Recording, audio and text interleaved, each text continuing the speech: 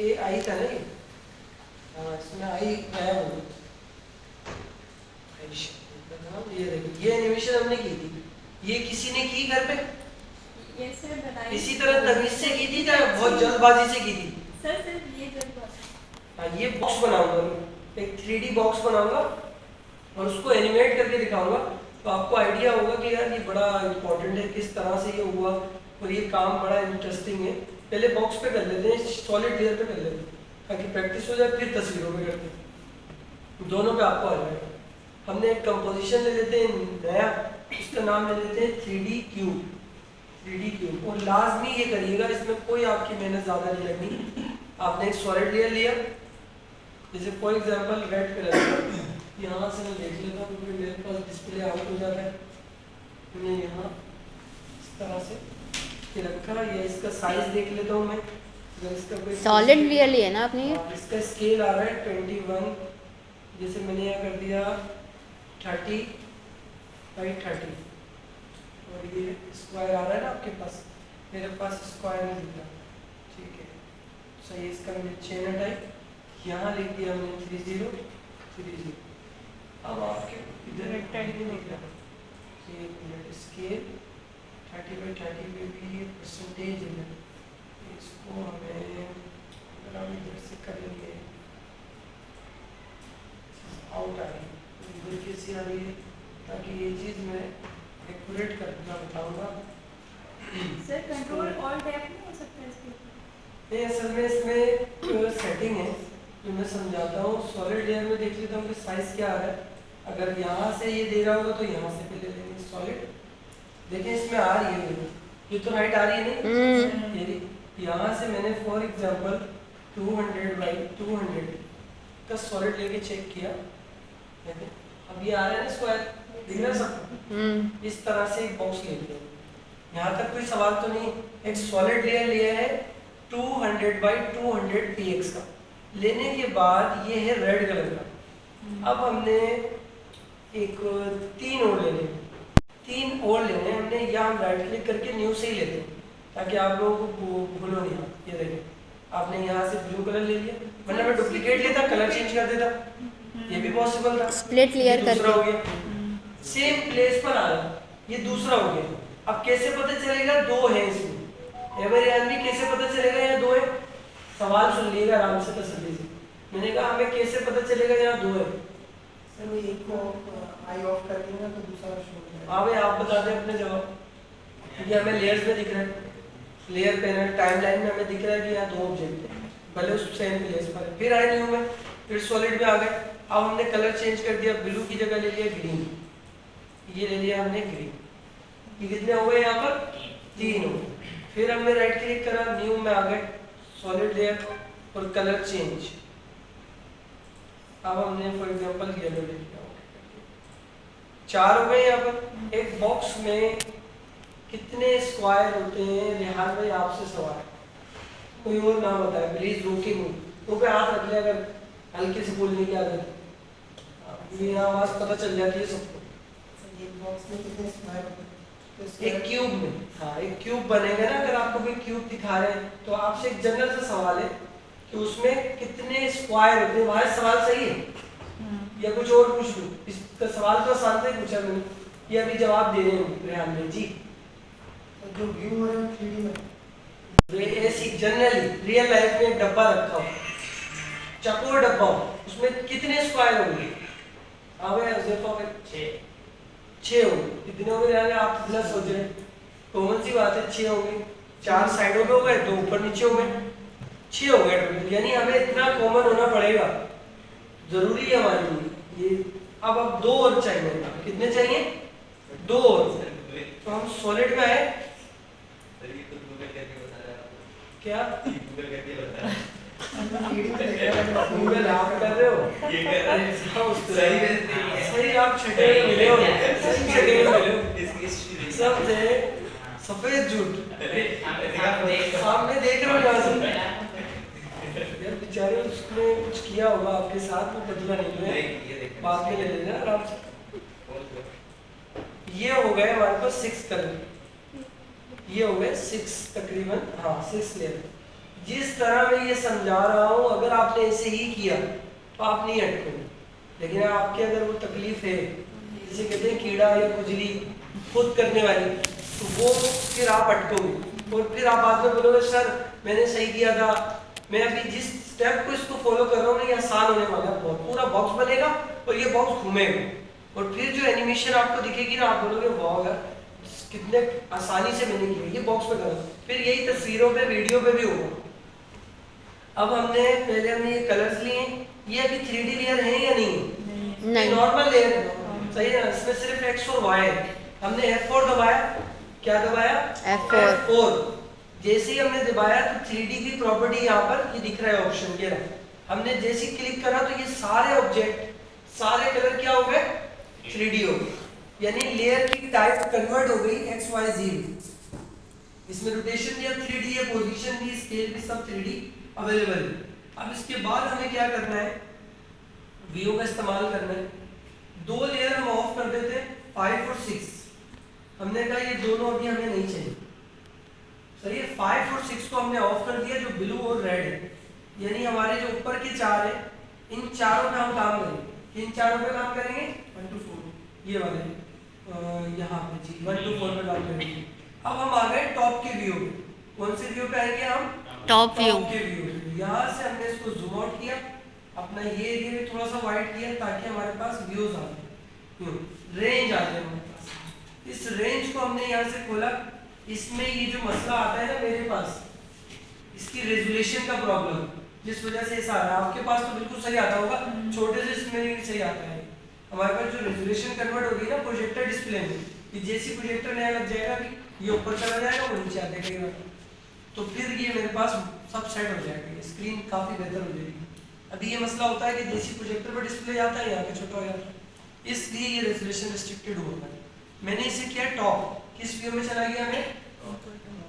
अब मैं टॉप पे गया हूँ तो जाहिर सी बात है ये सब फ्लैट है, सबके सब आपको टॉप से कैसे दिखेंगे? फ्लैट दिखेंगे। मेरे ध्यान में अगर जितनी डेप्थ है वो भी नजर आ जाएगी, स्क्वायर से दिखते हैं, ये रेक्टेंगल शेप है। अब ये टॉप से देखिए कैसा दिख रहा है, तो लेयर 1 सेलेक्ट है हमारे पास, यहाँ पर नाम भी आ रहे हैं, कलर के नाम खुद ही आ रहे हैं। तो अब हमें करना क्या है? सिलेक्शन टूल लेना है। पहला ऑब्जेक्ट हमारा ये रहा, इसको हमने हिलाया। देखिए यहाँ कितने हैं टोटल? 4। दो बाकी जो हाइड है वो हम यूज नहीं कर रहे हैं। अभी तो गैप दिया, 2 कलर में गैप दिया बीच में, फिर यहाँ है और ये फिर हिलाया, ये फिर यहाँ क्लिक करा, ये गैप दिया। यहाँ तक बात क्लियर है? अब चारों दिख रहे हैं आपको, चारों के चारों नजर आ गए सबको लाइंस। अब ये वाला हम रोटेट करने जा रहे हैं, कौन सा? ऑरेंज वाला। आर दबाया, आर फॉर रोटेशन। हमने यहाँ से चेक किया, आई थिंक वाई रोटेशन होगी या वाई रोटेशन। मैंने वाई रोटेशन को क्या किया? 90। तो हमारा जो सीधा स्क्वायर था वो यूं हो गया, यूं था ना, यूं हो गया। अब ये देखें, यहाँ से मैंने इसे पकड़ा, बाहर की तरफ लेकर आया। यहाँ तक किसी को कोई सवाल? सिंपल काम कर रहा हूँ, मैंने सिर्फ पोजीशन। फिर यहाँ आया, ये येलो है, आर दबाया और रोटेशन इसकी वाई रोटेशन क्या कर दी? 90। ये देखो ये भी घूम गया। यहाँ तक भी कोई कंफ्यूजन नहीं है, सिंपल यूज किया मैंने। इसके बाद मैंने इस वाले ऑब्जेक्ट को यहाँ से हिलाया, इधर दूर लेकर आया। टॉप के व्यू से काम हो रहा है। कौन से व्यू से काम हो रहा है? टॉप के व्यू से। अगर किसी को अभी तक ये नहीं पता कौन सा व्यू है तो वो सुन ले भाई, ये टॉप का व्यू। ये देखो यहाँ तक ये हमने मिला लिया। यहाँ तक बात क्लियर है? टॉप के व्यू से काम हो। फिर हम आए यहाँ पर, इधर क्लिक करें इस वाले में, तो ये यहाँ रखा, जूम किया,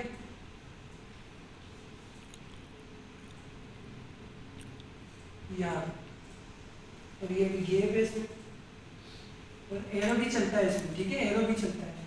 कीबोर्ड का जो एरो है, कीबोर्ड में कितने एरो होते हैं जगह? अप डाउन लेफ्ट राइट, ठीक है। ये देखो, अब हमने यहाँ पे क्लिक करा तो यहाँ, तो यहाँ से भी कोई ऐसा स्टूडेंट यहाँ है तो नहीं ऐसा बैठा हुआ जिसको जो कहे कि यार सब सर ये बराबर कैसे हो? कोई अगर है यहाँ पे तो वो अपना नाम बताए। वॉइस में कोई है नहीं, सबको समझ में आ रहा। पेज हमने जो सॉलिड लिया था, साइज लिया था, क्या लिया था भाई वो 200 बाई 200, तो विड्थ और हाइट बराबर थी। उसका ये रीजन है कि ये बराबर है, ठीक है। अब आप जो वीडियोस लाओगे छोटी बड़ी हो रही होगी, खराब हो रही होगी, उसका रीजन यही होगा कि साइज का मसला है। वो आप पहले करके आते हैं ऐसा, फिर क्यों सही बनेगा, वरना वीडियो में मसला है। हाँ, इशू होगा, आपको कोई प्रॉब्लम आएगी। पहले आप ये प्रैक्टिस करना जो सिखा रहा है। डायरेक्टली आप समंदर में नहीं उतर जाना, डायरेक्ट जब आप उतरोगे फिर फंस जाओ, भारी नहीं आओगे, फिर आवाज़ ही लगा दो। पहले थोड़ी सी स्विमिंग सीख लेना इस तरीके से, फिर उसके बाद करना है इसकी काम दूसरा, पहले ये काम। अब हमने देख लिया कि यार टॉप के व्यू से ये चीज़ सेट हो गई है। अब हम आए कस्टम व्यू में, ये मैंने आपको सबको बताया। आप जैसे क्लिक करेंगे तो यहाँ पे दिखा देगा कि आपने जो ऑब्जेक्ट बिठाए हैं वो काफ़ी एक्यूरेट बिठाए। डन हो गया, कलर्स यहाँ से लॉक हो रहे। अब सवाल पैदा हुआ बाकी दोनों, बाकी जो दो थे वो किधर है? वो हमने ये सब यहाँ है, ये चारों समझ में आ गए ऑलमोस्ट सबको, आप दोनों को सबको भी थोड़ा बहुत समझ आ गया ना ये। अब हम आए 5 पर, 5 पे क्लिक करा और टॉप के व्यू पे आए, टॉप के व्यू पर आए और 5 को ऑन किया पहले और बीच में ले आए, ये देखिए इस जगह यहाँ लाए और लाने के बाद सेंटर में लाए। जी जी सेंटर में ले आए ऑलमोस्ट, फिर इसको एडजस्ट कर देंगे। हाँ बिल्कुल सेंटर में ले आए, ये आई थिंक 1 है ऑलमोस्ट, ये इधर यहाँ तक किया। इसके बाद इसको हमने आर दबाना, रोटेशन इसमें भी हमें चाहिए। आई थिंक हमने वाई पहले की थी, इसमें शायद एक्स रोटेशन से ये सीधा हो जाएगा। क्या होगा? सीधा हो जाएगा। तो हमने 90 किया तो ये सीधा हो गया। टॉप से अगर एक चीज का कैप लगा रहे होंगे तो वो कैप दिखेगा ना, वो दिख रहा है, समझ आ गई बात। अब हम आए टॉप के व्यू से चेक करा कि थोड़ा सा आउट है, ये देखिए दिख रहा है थोड़ा सा आउट, मुझे माइनर सा आउट लग रहा है, ये देखिए अब वो है। अब थोड़ा सा लेफ्ट पे मुझे लग रहा है शायद 5 को जाना चाहिए। बाकी कस्टम व्यू से भी ये सेट कर रहा है, ये देखिए इधर नीचे लगे, लेकिन नीचे ये इसके नीचे ब्लू वाला। अब हम ऊपर की तरफ अगर इसको ले जाना चाहें तो ये देखिए यहाँ से पकड़ा जेड एक्सिस। ये बात समझ में आ गई सबको? टॉप के व्यू पे लगा दिया। असल में होता ये 5 बनाते हैं हम शुरू में शेप ना, क्योंकि 5 में से ही छठा बना लेते हैं, ये आसान होता है, वरना तो छठे को भी सही करो। 5 बनाते हैं टोटल, फिर 5 की कॉपी ले लेते हैं डुप्लीकेट, उसको नीचे ले आते हैं, आसान ये रहता है। क्योंकि 5 आपने एक्यूरेट बिठा दिया ना तो 6 को बिठाने में भी टाइम लगता है। तो अगर 5 आप कर सकते हो उसकी डुप्लीकेट ले, ज़्यादा आसान है। अब छठा ना बनाए, मैं यहाँ पर ले रहा हूँ, उसको बना रहा हूँ, लेकिन बता रहा हूँ कि आप 5 में भी कर सकते हैं। देखिए वापस आए, अब यहाँ पर हमने 5 को कर लिया, अब छठे को ऑन किया, छठे पे क्लिक करा, ये रहा वो लेयर, देखिए इसको भी सेंटर लाएंगे। जी जी जी, इसको भी सेंटर में ले आएंगे, फिर उसी तरह एडजस्ट करेंगे। ऑलमोस्ट मैंने 1 रखा था यहाँ पे 0, अब ये है शायद बिल्कुल सेंटर है, वैल्यू आ रही है इसमें। यहाँ है, क्या दबाएंगे भाई ध्यान नहीं आने के बाद सबसे पहले क्या दबाएंगे ध्यान में, आप बताएं सोच। मैं इसको रोटेट करना चाहता हूँ सर, इसको एक्स रोटेशन 8 लगाएंगे। अच्छा दबा दिया, अब एक्स में 90 कर देंगे। एक्स में 90। ये जो वो मसला है ना साबुन स्लो वाला, ये आपने थोड़ा अपडेट करना है, इसका बड़ा फायदा होगा आपको, पता है, क्योंकि आप थोड़ा सा लेट सुनते हो, लेट आंसर करते हो, फौरन करना पड़ेगा आपको। वहाँ भी लिखना है और दिमाग में रखना है एक जगह पे, उसका फायदा होगा। क्योंकि अचानक एक जॉब आ जाए और आपको वो इंटरव्यू ले रहे हो, आपसे पहले ही उस जवाब के दे आपको आता है समझ, लेकिन ये कि आंसरिंग के लिए बैलेंसिंग बहुत जरूरी है। ये देखें ये नीचे आ गया, अब वो ऊपर है, जो नीचे वाला है ना वो भी ऊपर चल गया। तो मैं छठे को जाके चेक कर लेता हूँ वो कहाँ है, ये देखें रेड पे है, आई थिंक वो ऑर्बिट से दिखेगा, ऑर्बिट से कंट्रोल कर रहा हूँ, ये देखें बीच में किधर है वो, बीच में। सिलेक्शन टूल लिया और उसको नीचे लिया।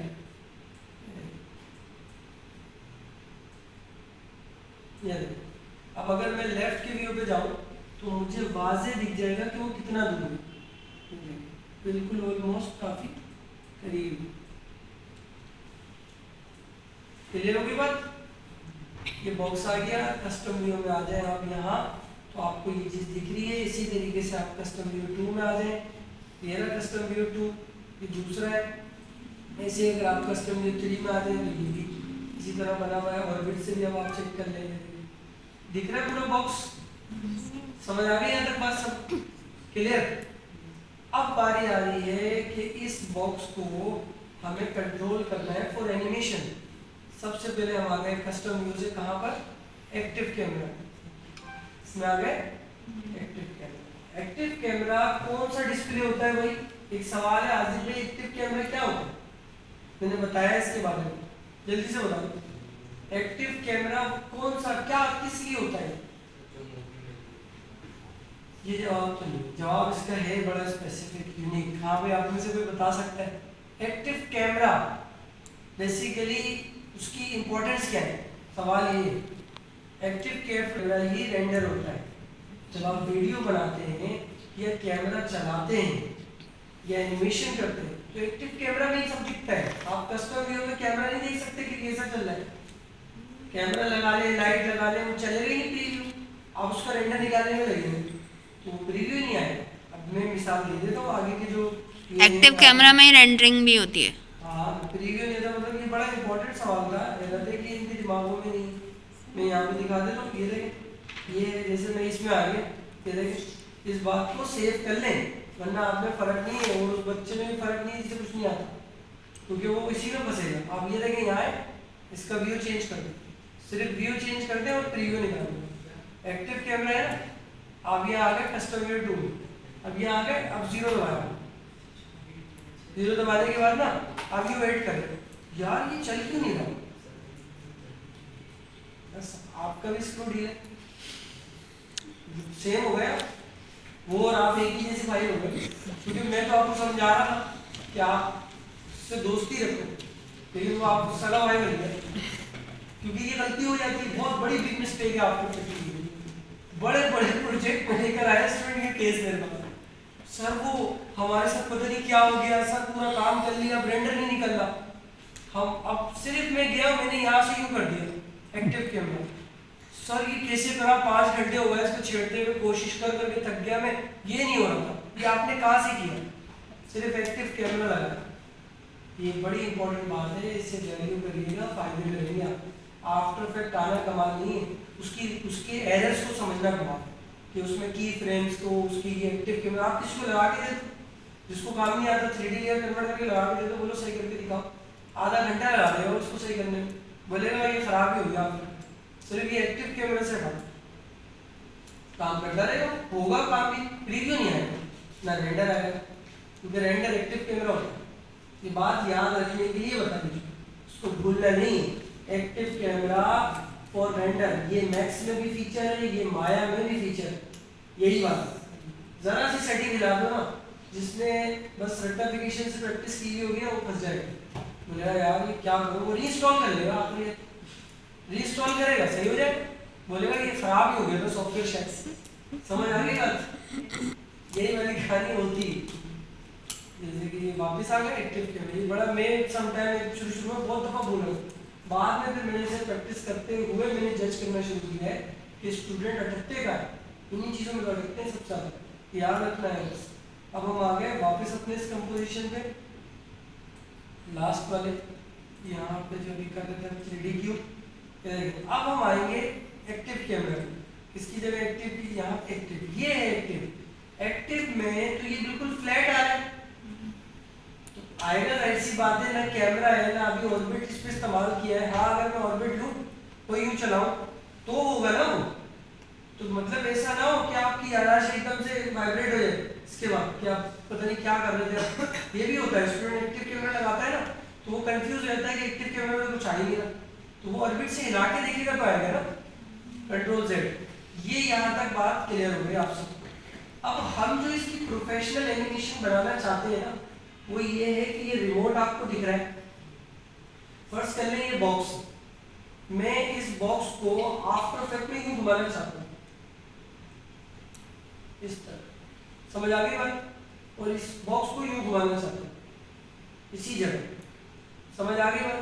ये चीज आफ्टर इफेक्ट में थोड़ी मुश्किल है बगैर नल ऑब्जेक्ट के। नल ऑब्जेक्ट एक ऐसा ऑब्जेक्ट होता है जो कि ट्रांसपेरेंट ऑब्जेक्ट होता है, मतलब यानी जिस तरीके से आपको पेरेंटिंग एक टॉपिक है, एक तो होता है ना पेरेंट्स, जो बच्चे सबको ही बताता है पेरेंट्स यानी माँ बाप, है ना, पेरेंट्स। फिर एक ट्री होता है, फैमिली ट्री, बच्चे होते हैं। ये रियल लाइफ में आप सबको पता है कि रियल लाइफ में क्या है, पेरेंट्स होते हैं, बच्चे होते हैं, सब चीजें होती है, फिर उनके भी माँ बाप होते हैं, उनके भी माँ बाप होते हैं। ये ट्री है, उसकी डिजिटल टाइप मौजूद है, आफ्टर इफेक्ट में भी मौजूद है और प्लगइन्स में भी मौजूद है। जैसे जैसे आप आगे जा रहे हो ना, आपको ये सारी रियल लाइफ समझ में आनी है, मैक्स तक में है। उसे हिरार्की कहते हैं, हिरार्की के नाम से एक फीचर है, बड़ा टेक्निकल बनाया है, सब आपकी रियल लाइफ से पूरा कंसर्ट है उसका। अगर आपको ये सब चीजें समझ आने लगे ना, आप भूलोगे नहीं, क्योंकि प्लगइन है ड्यूक बेसल आफ्टर इफेक्ट, वो हम कर नहीं सकते लेकिन आप पढ़ जरूर सकते हो अगर टाइम मिले आपको। ड्यूक बेसल, DUIK बेसल, आप उसकी पूरी ट्रेनिंग यूट्यूब पे मौजूद है, जिसके बाद अच्छा पीसी है वही चला सकता है उसे। DUIK duke basel, DUIK duke BASSEL duke basel एक रिगर है, रिगर इसको कहते हैं rigger, RIGGER rigger. Rigger, what is rigger, what is rigging? आपसे फ्यूचर में कोई पूछे व्हाट इज रिगिंग, रिगिंग का मतलब ये होता है, एक कार्टून आपने बनाया, एक कार्टून मॉडल किया इलिस्ट्रेटर में, इलिस्ट्रेटर में बना लिया एक कार्टून, अब उसकी बनेगी रिग। रिग क्या होती है? बोन्स, यानी पूरा उसका एक स्केलेटन जिसके जरिए वो एक फ्लो करेगा, वॉक करेगा। यानी ड्यूक बेसल क्या करता है, आफ्टर इफेक्ट में आपके इलिस्ट्रेटर के कार्टून की बोन्स बनाता है, बोन्स बनाता है, हड्डियां बनाता है, और उस बोन्स को जब आप चलाते हो तो बेसिकली वो बोन्स ट्रांसपेरेंट हो जाती हैं और चलता आपका कार्टून है। तो इसका पूरा का पूरा बकायदा एक पैकेज है, लेकिन वो बच्चा उसे चला पाएगा जिस बच्चे के बेसिक्स अच्छे हैं। पूरे कार्टून की एनिमेशन आफ्टर इफेक्ट में पॉसिबल है ड्यूक बेसल के जरिए से। एक ड्यूक बेसल है और एक है रबर होस, RUBBER रबर होस, HOSE रबर होस के नाम से, रबर होस। ये भी प्लगइन है आफ्टर इफेक्ट का, रिगर इसको कहते हैं रिगर। मैक्स में भी रिगर होते हैं, मैक्स में भी रिगर है, माया में भी रिगर मौजूद है, हर एप्लीकेशन के रिगर है। माया में जो रिगर होता है ना, उस रिगर बहुत अच्छी पोस्ट पे होता है, उसका काम सिर्फ रिगिंग ही करना होता है। फॉर एग्जांपल रिगर जो होता है उसका काम होता है, एक बंदा होता है मॉडलर, वो कैरेक्टर को पूरा बनाता है, बनाने के बाद देता है रिगर में, रिगर उसकी रिगिंग करता है।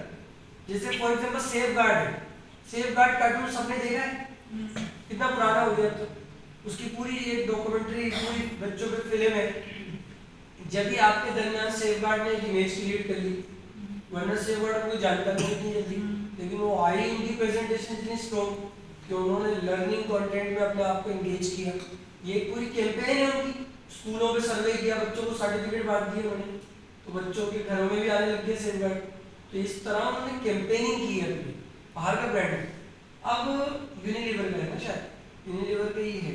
तो बताने का मतलब ये है कि जैसे जैसे आप रिगिंग का किसी को सवाल तो नहीं समझ आ गया क्या है रिगिंग, इस कंपनी का नाम भी इसी तरह का कुछ है। टाइप मंकी ने भी बहुत सारे बनाए, type camera, type monkey, type writer, बहुत सारे बनाए उन्होंने प्लगइन, 5-6 प्लगइन है, आफ्टर इफेक्ट में इंस्टॉल हो जाते हैं और फ्री मिल जाते हैं शेयरिंग पे। अब आपने उसको डाउनलोड किया, आपने बॉल चैनल जब लॉन्च नहीं हुआ था, आया नहीं था, इसका एक ऐड चलता रहता था टीवी पे, वो एक एनिमेशन थी, टेक्स्ट आता था और फिर दूसरा इधर से आता था, वो टाइप मंकी से बना था। वो एनिमेशन कौन बनाता है? टाइप मंकी बनाता है। ये सब प्लगइन्स का काम है। ये बात समझ गए रिगिंग वाली। अब हमारे नल ऑब्जेक्ट पे वापस, नल ऑब्जेक्ट में पेरेंटिंग का चीज हमें सीखना है। पेरेंटिंग क्या चीज होती है कि मैं कैमरे को बोलूं कि कैमरे के पास राइट्स नहीं है,